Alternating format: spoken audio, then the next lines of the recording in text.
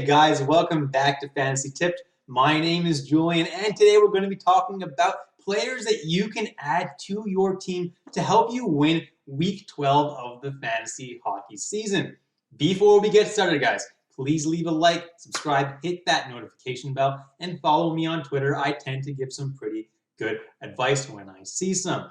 All right, so let's jump right into a little sneak peek of the schedule for this coming week.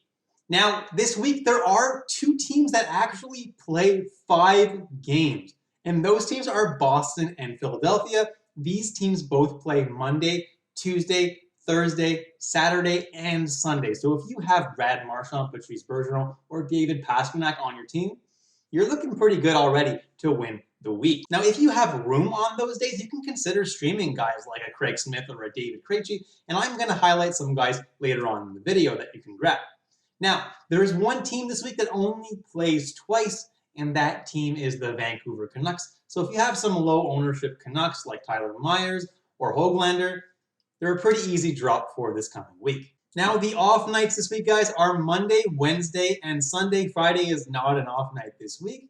But Arizona, Colorado, and Vegas plays on all 3 of those off night, guys. So if you see this schedule logo with a 3 inside of it, it means that that player plays for Arizona, Colorado, or Vegas and plays on all 3 off nights this week. Jumping into some forward options that you can add right now, guys. First on the list is Kevin Hayes, Philadelphia Flyers, 45% owned. And he hasn't been that amazing lately, but Philadelphia does play 5 games this week, like I just said. And he's top line, top power play, so he makes for a pretty decent ad, at least for this week. Next, guys, is Phil the Thrill. Phil Kessel, Arizona Coyotes, 40% owned. He's got 10 points in his last 7 games. He's a guy that when he's hot, you absolutely have to add him to your lineup. And to make things better, guys, he's got all 3 off nights this week. Next is Ellie Tolvanen, Nashville Predators, 37% owned. He's really excelling right now for Nashville. He's got 9 points in his last 7 games. Playing top line, top power play. He's bound to slow down a little bit, but he is getting the opportunities, so he shouldn't slow down too much. Next is Matt Zuccarello, Minnesota Wild, 30% owned, and I don't absolutely love him right now. They recently took him off Kaprizov's line. I imagine they're going to put him back there soon, though, because they did have some pretty good chemistry. They just need to spend a little bit of time apart, and then I'm sure they will put them back together. The reason he's on this list is because Minnesota has a really nice schedule for the playoffs. They play 4 games on each of the playoff weeks, which is pretty nice. So if Zuccarello does get back onto that top line, he makes for a really good guy to have throughout the playoffs. Next is Andre Burakovsky, Colorado Avalanche, 30% owned, and the reason he's on this list is because of those off nights that Colorado has this week, and he seems to be producing once again. He's got 3 points in his last couple games, so ride him while he's hot, guys. Next is Jason Robertson, Dallas Stars, 28% owned. He's got 7 points in his last 7 games, including 4 goals in his last 5 games. He's producing like crazy for Dallas, and I cannot understand why he is not higher owned than 28%. He's top power play too, so he can definitely sustain. Next is Kirby Dach, Chicago Blackhawks, 25% owned, and he was just moved to the top line in Chicago with Patrick Kane and Alex DeBrincat. He's already on the top power play with those guys. His numbers will skyrocket. Next is David Krejci, Boston Bruins, 20% owned. And like I said, the Bruins have 5 games next week, so Krejci makes for a pretty great ad. He's playing on that second line right now with Nick Ritchie and David Pastrnak, so he should put up some points.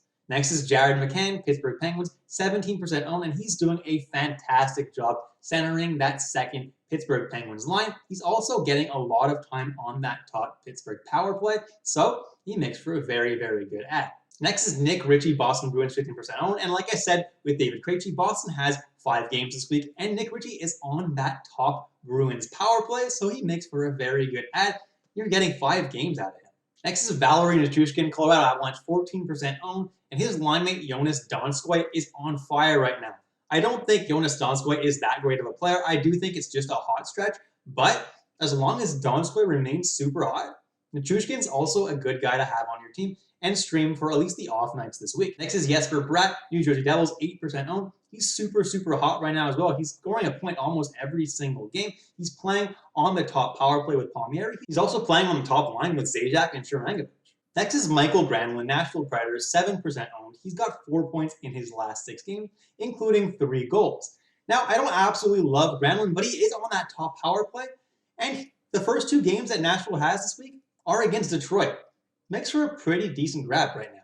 Next is Craig Smith, Boston Bruins, 5% owned, and I actually really like this one because right now Craig Smith is practicing on that top line with Marchand and Bergeron. He's not on the top power play, but just being on that top line skyrockets his value. Usually these experiments, though, don't last too long, but if he remains there, you're getting 5 games for a guy who's playing with Marchand and Bergeron.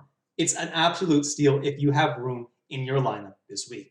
Next is Philip Zadina, Detroit Red Wings, 3% owned, and he's playing on that top line with Larkin and Fabry. He's also on the top power play, and he's shooting a decent amount, and he's producing a little bit. So if you're in a really deep league and you need someone that's going to put up some shots, some points, some power play points, well, Zadina is not the worst ad in the world. Next is Matt Grzelcyk, Boston Bruins, 50% owned, and he's doing very well this year on that top Boston power play. And like I keep saying, Boston has 5 games this week, so Grzelcyk makes for an amazing ad this week. Next is Josh Morrissey, Winnipeg Jets, 48% owned, and he's manning that top Winnipeg power play, and as long as he's there, he can put up some points, add him to your team. Next is Mattias Ekholm, Nashville Predators, 46% owned. He's still getting a lot of power play time, and he's doing quite well. Now, there's no guarantee anymore that he's going to be traded because Nashville's starting to do really well, and they're kind of sneaking up onto a playoff spot, so we don't really know. But if he does get traded, there's a chance his value could get higher.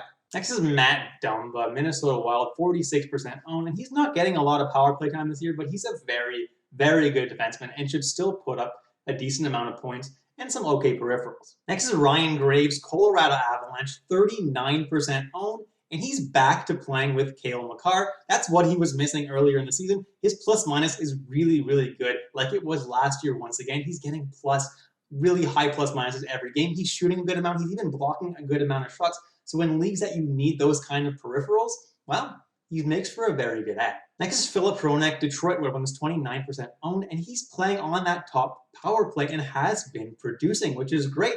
The thing that makes it even better is that despite playing for Detroit, his plus-minus numbers aren't too bad.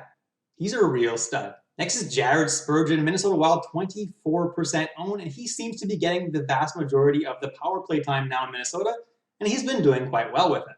Next is Ty Smith, New Jersey Devils, 21% owned, and I would add him only in points league because he does play on that top New Jersey power play, but his peripherals kind of suck. So if you're in a Cats league, I don't love him, but he can put up some points.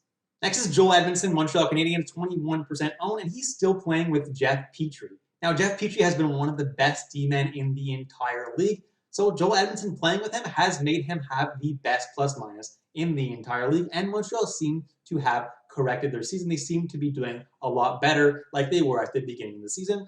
Joel Edmondson makes for a great ad if you need someone for plus-minus. Next is Adam Boqvist, Chicago Blackhawks, 10% owned. I know he hasn't been producing as of late, but he's still on that Chicago top power play, so he can explode at any time.